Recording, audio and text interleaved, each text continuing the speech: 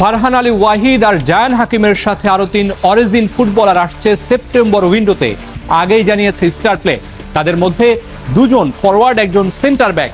তবে তারা কারা, কোন দেশ থেকে আসছেন সেটিও এবার খোলাসা করা যাক।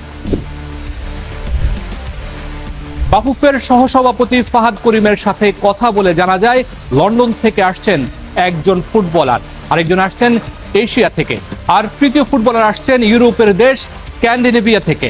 3টি সিবি বর্তমানে আছে হেড কোচ থমাস ডুলির টেবিলে। তিনি যোগাযোগ করছেন এই ফুটবলারদের সাথে এবং তাদের এজেন্টদের সাথে। তার গ্রিন সিগন্যাল পেলেই কার্যক্রম শুরু করবে বাফুফে।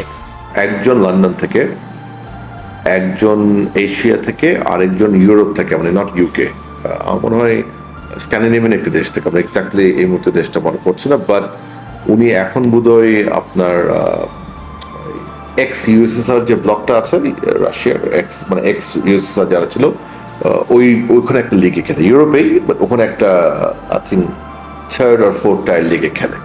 সো বাট সবারই ভালো গ্রুমিং আপ আছে, ভালো ট্রেনিং আছে। তো আমি হেড কোচ সাহেবকে সব 3টা প্রোফাইলে দিয়েছি। উনি ইনফ্যাক্ট ওনাদের এখন যে ক্লাবগুলো আছে সেই ক্লাবের কোচদের সাথে কথাবার্তা বলছে। উনি আমার থেকে কোচের নাম্বার চেয়েছিল, তো আমি নাম্বারগুলো দিয়ে দিয়েছি ওনাকে। সো উনি এনি টাইম হয়তো আমাকে জানাবে যে he would like to welcome them, or না উনি বলতে পারে যে না আমি এটাকে চাই না।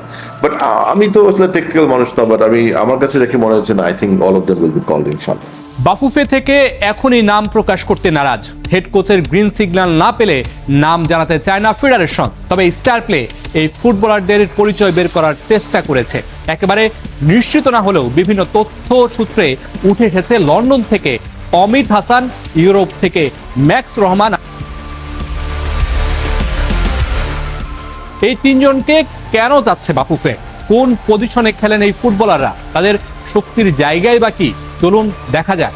লন্ডন থেকে আনার চেষ্টা করা হচ্ছে অমিত হাসানকে। তিনি মূলত রাইট উইংয়ে খেলে থাকেন, তবে অ্যাটাকিং মিডফিল্ড হিসেবেও খেলতে পারেন এই অরিজিন ফুটবলার। ফুলহ্যাম এফসির একাডেমিতে বেড়ে উঠেছেন অমিত। বর্তমান ট্রান্সফার রেকর্ডে তাকে উইদাউট ক্লাব হিসেবে দেখানো হচ্ছে। এছাড়াও লন্ডন থেকে আলোচনায় আছেন আরিয়ান আমির, যিনি স্ট্রাইকার হিসেবে খেলে থাকেন। সামনে আসছে মিডফিল্ডার তানিল সালিকের নামও। এছাড়াও গুঞ্জন আছে ওয়েলসের লেফট উইং নেহান হাসানকে নিয়ে চলছে জোর আলোচনা। মূলত লেফট উইংয়ে খেলা নেহান খেলতে পারেন রাইট উইংয়ে। 2 উইং দিয়েই স্বাচ্ছন্দ্যে আক্রমণ সানাতে পারেন এই ফুটবলার।